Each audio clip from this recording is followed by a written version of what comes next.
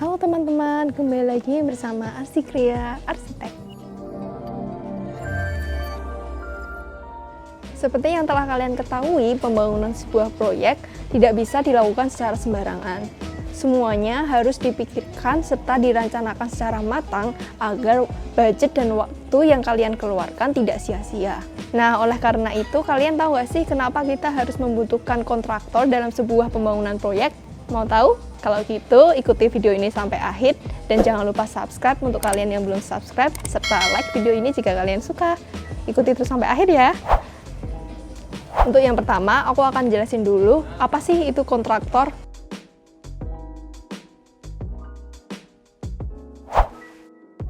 Kontraktor adalah perorangan atau badan hukum yang disewa atau dikontrak oleh pemilik proyek untuk melaksanakan pekerjaan proyek sesuai dengan perjanjian kontrak yang telah disepakati. Pekerjaan kontraktor dibatasi oleh waktu pelaksanaan, biaya, serta hal-hal lainnya yang dilakukan sesuai dengan kontrak perjanjian.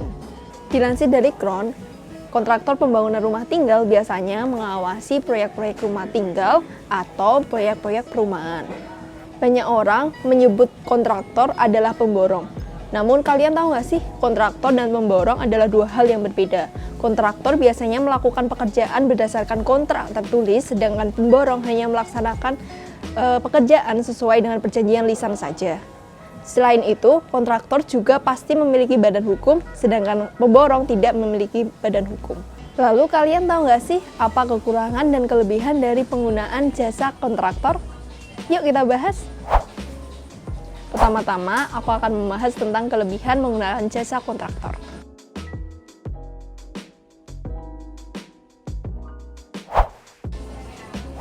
Yang pertama, kalian tidak perlu dipusingkan dengan jadwal proyek, manajemen material, serta tukang. Yang kedua, kontraktor yang handal pasti memahami teknis konstruksi bangunan, sehingga kemungkinan gagal akan sangat sedikit.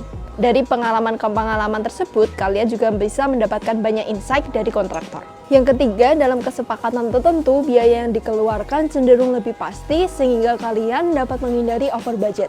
Yang keempat, jika kalian menyewa jasa arsitek serta kontraktor di satu perusahaan yang sama, biasanya untuk desainnya sendiri akan digratiskan sehingga kalian juga dapat menghemat budget yang kalian keluarkan.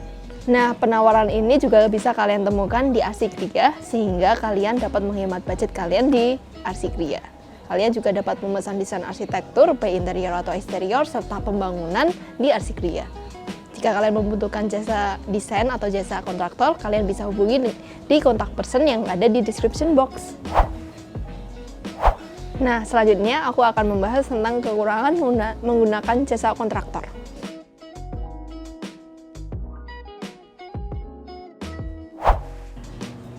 Yang pertama, jika kalian salah memilih kontraktor, akan ada banyak resiko seperti manipulasi konstruksi bangunan, serta penerapan spesifikasi material yang tidak sesuai dengan kesepakatan di awal. Tak jarang ada kontraktor yang kabur dan menelantarkan proyek begitu saja. Jadi, kalian harus hati-hati dalam memilih kontraktor untuk bangunan kalian. Yang kedua, biaya yang kalian keluarkan mungkin akan lebih mahal karena kontraktor akan mengambil margin dari penggunaan material serta tukang untuk menjadi profit mereka. Yang terakhir, umumnya kontraktor yang tidak memiliki kemampuan desain arsitektural yang baik tidak bisa menciptakan bangunan yang estetis serta fungsional.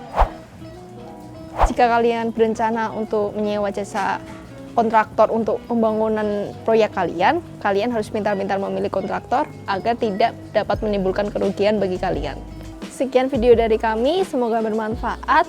Jangan lupa like jika kalian suka, serta kalian bisa juga tanya di kolom komentar di bawah. Dan jangan lupa subscribe untuk kalian yang belum subscribe agar kalian tidak ketinggalan video terbaru dari kami. Sampai jumpa!